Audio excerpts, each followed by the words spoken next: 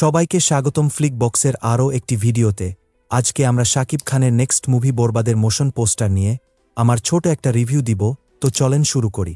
প্রথমে বলতেই হয় যে শাকিব খানের লুক অসাধারণ হয়েছে। লুক দেখেই বোঝা যায় এই মুভিতে অনেক অ্যাকশন প্লাস ভায়োলেন্স থাকবে। এই মুভির ডাইরেক্টর মেহেদী হাসান আগেই বলেছিল বরবাদ মুভিতে অনেক ভায়োলেন্স থাকবে, যা আমরা এর আগে বাংলা মুভিতে দেখি নাই। আর এখন এই মোশন পোস্টার দেখে সেটাই মনে হচ্ছে। আমি মেহেদী হাসান ভাইকে জাস্ট একটা কথাই বলবো, বেস্ট অফ লাক। আমি চাই এই মুভিটা শাকিব খানের one of the best movie হোক। এই মোশন পোস্টার দেখার পর আমার এই মুভি নিয়ে এক্সপেকটেশন অনেক হাই হয়ে গেছে। এখন শুধু টিজার বা ট্রেলারের অপেক্ষায়।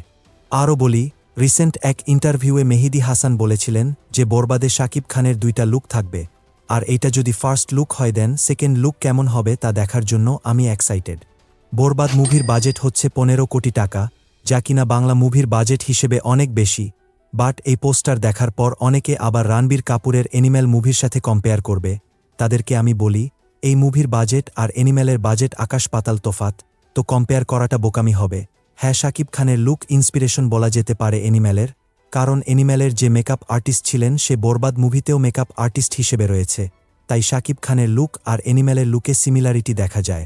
এই ছিল আমার ছোট একটা রিভিউ। আপনাদের কাছে শাকিব খানের লুক কেমন লাগলো অবশ্যই কমেন্ট করে জানাবেন। আমার কাছে শাকিব খানের লুক ভালো লেগেছে, কারণ নর্মালি আমরা শাকিব খানকে যেভাবে দেখি তার থেকে এই মুভিতে অনেকটা ডিফারেন্ট লুকে দেখা যাচ্ছে। আর ওভারঅল আপনাদের এই মুভি নিয়ে এক্সপেকটেশন কেমন অবশ্যই জানাবেন।